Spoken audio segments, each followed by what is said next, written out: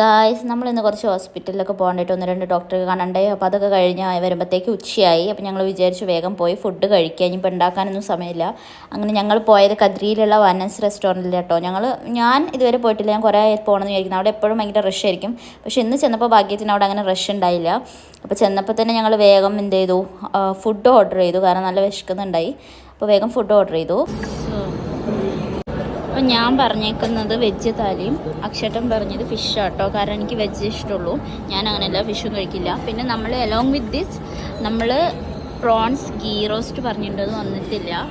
നമ്മളെ നാട്ടിലെ പോലത്തെ ഒന്നല്ല കേട്ടോ. ഇവിടുത്തെ കണ്ടോ, ഇതെന്തോ ഒരു ചിപ്സ് ആണ്, ഒരു പപ്പടം പോലത്തെ ഒരു സാധനം. പിന്നെ പിക്കിൾ, ഇതെന്താണെന്ന് എനിക്കറിയില്ല. സാലഡ്.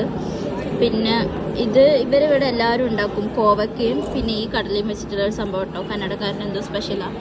ഇത് ചെമ്മീൻ ചമ്മന്തി ആവുന്നുണ്ട് കേട്ടോ. അക്ഷരൻ്റെ എന്തൊക്കെയുള്ളത്. പിന്നെ എന്താ അയിലക്കറി കണ്ടിട്ട് തന്നെ എനിക്ക് ഇതോ പോലെ. പിന്നെ ഇത് ദാൽ കറി കേട്ടോ, സാമ്പാറൊന്നുമല്ല. പലയിടത്തും പല പോലെയാണ്. സാമ്പാറും കിട്ടും ഇവിടെ. ഇതാണ് നമ്മളെ ചെമ്മീൻ ഗീ റോസ്റ്റ്.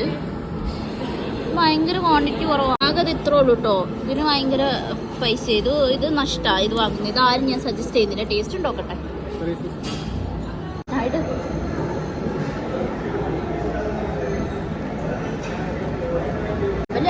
ടേസ്റ്റ് ഉണ്ട്, കുഴപ്പമില്ല.